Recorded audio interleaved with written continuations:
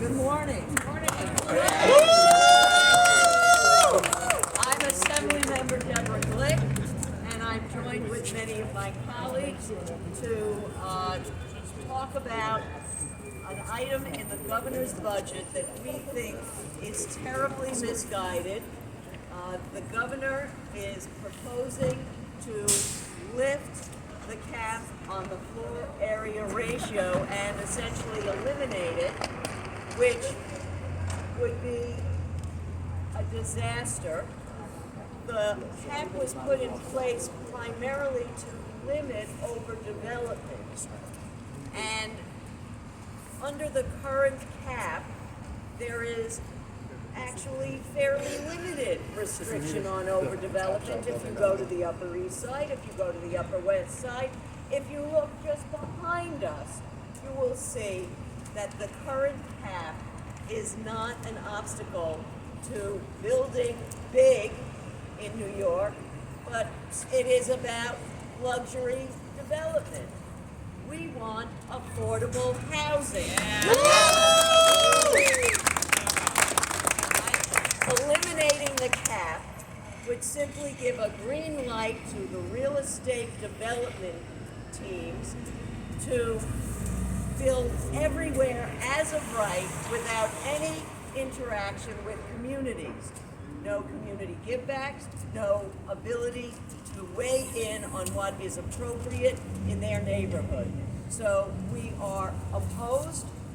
It is not in either the Assembly or the Senate's one-house budget plan. Thank you. But we have about 10 days to finish a budget, and this is in the governor's budget. And if you don't know, the governor, in terms of the budget discussions, is playing with all the high cards. So we are united in our opposition. And I am very pleased to have so many people turn out to demonstrate that New Yorkers want affordable housing, not large-scale luxury development that is already overtaking our communities. Yes. I am very pleased to introduce my colleague, Grace.LEE, who is just to the east-south of me. And Grace will speak and introduce our speakers. First of all, I want to thank Assemblymember D.GLICK for her leadership. She led the letter with our Assembly colleagues to call to oppose the FAR and help to make sure that it didn't make it into the Assembly budget. And I thank her for her organizing of this process. When we talk about housing, we need to be asking what type of housing and who is it for? And by lifting the 12 FER cap, we are saying that luxury development can go unfettered in New York City. We need a housing plan that guarantees affordable housing and that guarantees job opportunities for labor. And this is not what this plan does. We need to make sure that affordable housing is built in our communities. And we need to make sure that gets done today. And that is why we are all here today. So I want to go ahead and introduce our next speaker, Senator Liz KRUGER from the Upper East Side. We are so happy to have her down here today. Thank you. I'm very glad to be here, although I'll just point out with redistricting, I'm the Upper East Side, I'm Midtown, I'm West Midtown, I'm Chelsea, I'm all over Manhattan. And you know what? I got the same problems as all of you had for all my constituents. We see 45-story buildings going up all over. Are any of the units affordable? No. Even when they were 421, a program I always hated, by the way, that required affordability, they would be tearing down whole blocks of affordable rent-regulated buildings and putting up giant towers that had, in theory, the same number of units, but half the size and twice the price. So we were actually pushing people out of affordable units, pretending we were doing something good, and just increasing density for no justifiable reason in our communities. Look, I understand we need to build more housing. Everyone here understands that. And we want housing for real New Yorkers. The can actually afford to live there. There was some study done a while ago showing that of all the new buildings going up in my Midtown and East Midtown areas, 1/3 of them were empty because they were just investments for foreign investors. They weren't even units that people who live here could live here in, which is crazy. So there's a way for us to move forward with more affordable housing in negotiation with real estate. But as was just said, simply saying as of right, whatever height and density you want is fine, is not fine and won't get us affordable housing and will result in more sections of Manhattan looking like the Dubai skyline. I don't know about you, but I didn't want to live in Dubai, okay? I want to live in New York City, and I want light and green space and communities, and I want affordable housing, not what we're going to get under this deal. So thank you so much for inviting me to you. Thank you. So much. And our next speaker has been a champion for Lower Manhattan for years and has taken on the tough fights with corporate developers. We have Councilmember Christopher MARTE. Let's go. Don't lift the cap. Don't lift the cap. Don't lift the cap. Don't lift the cap. Don't lift the cap. Don't lift the cap. Always hard to end it. But I want to talk to you how developers see the economics of projects. When they have a 10-story building, they say the economics doesn't work for affordable housing. When they're building a 40-story building, they say actually the economics isn't going to work for affordable housing. When they build an 80-story building, they're like, I'm sorry, it's just too hard. We can't make it work. Or when we have a public-owned land, like in World Trade Center number 5, where it's free to build, the developer, Silverstein, said, the economics isn't gonna work. So what are we getting if we lift the cap? We're getting more luxury penthouses. We're getting more mansions in the clouds. We're not getting true affordable housing that's gonna house everyday New Yorkers like the people behind me. And I also want to touch on one other thing, speculation. If we have as-of-right development throughout New York City, that's going to raise property taxes for mom and pop landlords. It's going to force them out. And who's going to come in? Developers, portfolio managers that are going to scoop up all these tenement buildings, evict everyone out, and build luxury condos. Why do we know that's true? Because that's what we see now on the Lower East Side in Chinatown. Yes, that is right. So we're here to stand up to these special interests, probably Bloomberg himself, because he's funding all these budget talks, to say no to developers and yes to New Yorkers, yes to affordable housing, yes to light and air, and yes to a more livable New York. Thank you.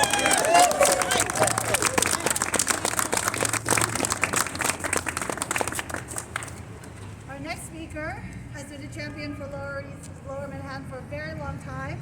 Our former city council member, Catherine Freed. Thank you. I want to thank Assemblymember Glick, Assemblymember Lee, Senator KRUGER, our council member Chris MARTE, for bringing us all together for this. Look, everyone said it. This is nothing but a gift to developers to develop even more high-rise luxury apartments. It won't develop any affordable apartments.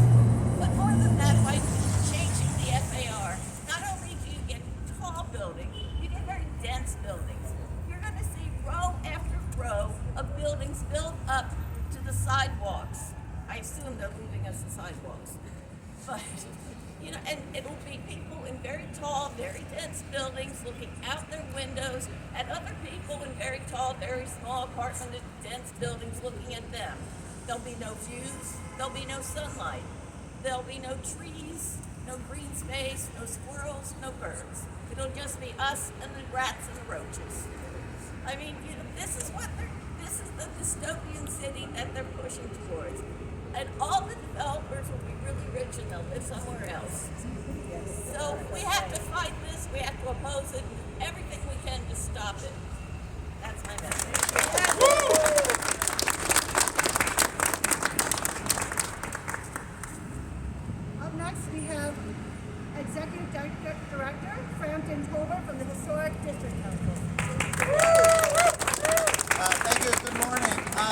Creating and preserving affordable housing in our city is a critical and important goal that the Historic Districts Council and the Preservation Community strongly support.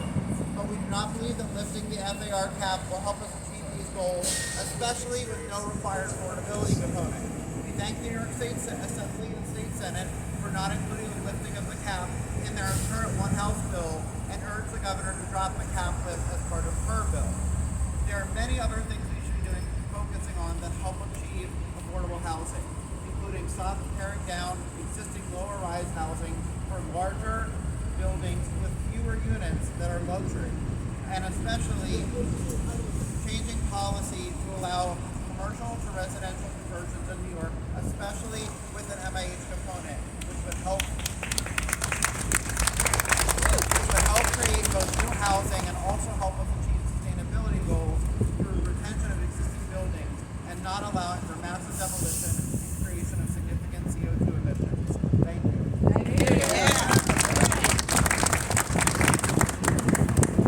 Our next speaker, Executive Director Andrew Berman from Village Preservation.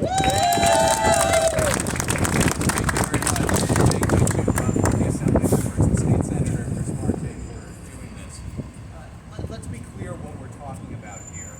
This is a plan to create more and bigger, super tall, super luxury high-rises for the super rich that's being packaged as somehow addressing our city's affordability crisis. No wonder we have an affordability crisis if this is the solution they're offering. The premise that we need to build more and bigger of these buildings that typically serve as the third or fourth homes for people who are the globe-trotting super rich, and that somehow is going to help the average New Yorker is ludicrous on its face. What's also ridiculous is the contention that this existing limit, which, by the way, it's generous to call it a limit, when you look at what it allows to be built, is somehow too restrictive. Let me tell you what has been built under this limit. The 1,550-foot tall Central Park Tower, the tallest residential building in the world, just recently completed under this limit. In addition to that, multiple buildings across New York City of 1,500 units or more have been built under this limit. But somehow in this dystopian vision of New York, that's too restrictive. That is ridiculous. We need to address the real roots of our city's affordability crisis. And by the way, this not only won't help, it will make it worse. Because what it does is, it incentivizes tearing down those older buildings that have affordable, rent-regulated units in them, housing what tend to be lower-income, older New Yorkers. Those are the people who are going to get pushed out if this plan goes through, and that's why we need to stop it. That's why we need to preserve our neighborhoods, preserve our existing affordable housing, and look for real solutions to our city's affordability crisis.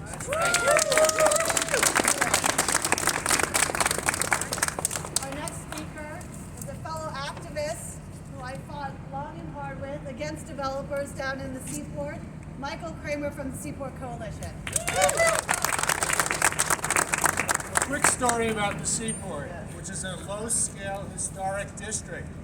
And then the Landmarks Commission allowed a developer to build a building that was 3 times larger than they were allowed to build. We went to court, we beat them in court, and now they're appealing. The idea of having guardrails, of having something that limits what you can do in different places. You have a zoning code that's in place. This idea of one size fits all coming up from Albany doesn't work. We're very much in favor of affordable housing, but we need to have some rules, and the rules of law really do apply here. We can't have developers finding their rights and then transferring them 4 blocks away. There are all sorts of problems with this, and we're very cognizant of it. This is supposed to be a city of yes, a state of yes, and we say no. We need rules, we need guardrails, we need to protect the communities that are here. Thank you.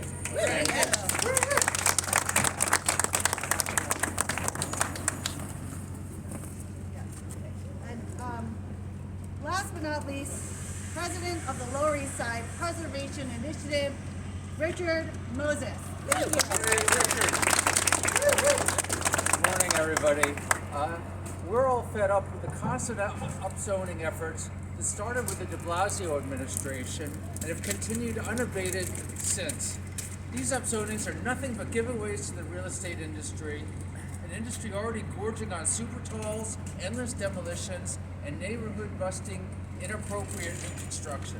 And who benefits most? Millionaires and billionaires, many of whom don't even live in the city and use their new apartments as pied-à-terres to leave them empty as pricey investments. This has got to stop. We're fed up with how these upzonings encourage huge demolition and construction projects that are making our city unlivable, stealing our light and air, making our streets into massive wind tunnels, and obliterating our historic buildings and neighborhoods. And we're fed up with the empty arguments about how all of this new high-rise luxury apartment construction is going to somehow make the city more affordable, despite all the evidence to the contrary. This has not been an easy fight, but we need to draw a line in the sand and say no more blanket upzonings, no more manipulation of public opinions to line developers' pockets. And no more legislation to remove our zoning and landmarking protections that have served our neighborhood and city over the years. What we do want and need is smart, affordable housing, new construction that respects the surrounding neighborhood and its residents, respect for our historic buildings and streetscapes, and a new sensible and sensitive approach to urban planning. We've got to say no loud and clear to these blanket upzonings, including the governor's current proposal to remove the state's floor area ratio cap and allow sky-high buildings to grow like oversized weeds all over our city. We've got to say no loud and clear. Thank you. Thank you. So what can we do?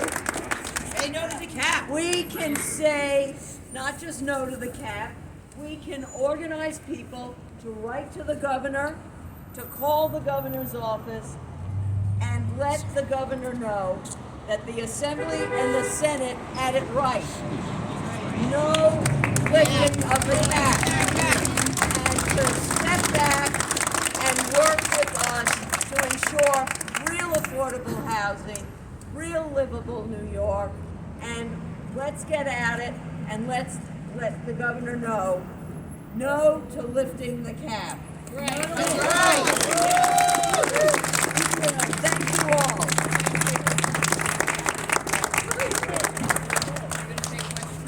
Any questions from the press? Yes. Suppose the governor and the speaker make their peace with this and present the assembly with a package that does not reflect your priority here. Are the two assembly members prepared to go against the governor and the speaker as well? And I'm confident that the majority of members are not in support of this, which is why it didn't wind up in the one-house budget. And the speaker understands that luxury development is not going to provide affordable development. So that, I don't think we'll be confronted with that issue. but as the assembly member Lee said, the governor holds the high cards in this game. If in fact that's the way it's dealt out, are you prepared to tell the speaker, sorry, we're not on board with this? I think we've been clear about that. Okay, thank you. Any other questions? Behind you. If we don't remove the FAR caps, what's the additional plans to build more affordable housing? Do you have a additional plan? Well, I think that there are other parts of the governor's budget that include trying to build more, setting goals for building more affordable housing across the state. This is in no way linked to that. This would only impact New York City, and New York City is not going to have, we wouldn't have affordable housing coming out of this aspect of the governor's proposal. So we are in no way thinking that we're undermining affordable housing. The plan is to ask for developers to include affordable housing in every development that they build.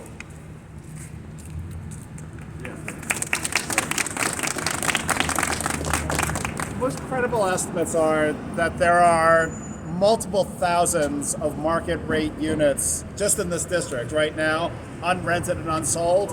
What's your theory about why developers who cannot rent or sell a huge inventory of market rate units that they're sitting on already want to build more? Well, I guess that's that they're always looking to the future and thinking that eventually there will be more of a bounce back in New York City, and that it takes time to put something through the pipeline, and that's their plan. But I will also say that we currently have 60 to 80,000 rent-regulated units that are being artificially held off the market. That is what the governor should be doing in talking to real estate people about opening up the existing rent-regulated housing that they are warehousing. That's what the governor should do. Although I would like to add that your original question about all these empty luxury units, I think it just reinforces how much money is being made in real estate, even if they have empty units. Exactly. Particularly when we're subsidizing them so heavily for luxury units, so they can actually leave them empty and still be making money. That's the kind of question we should all be asking. So thank you. Trickle-down housing does not work. Thank you very much. Thank you.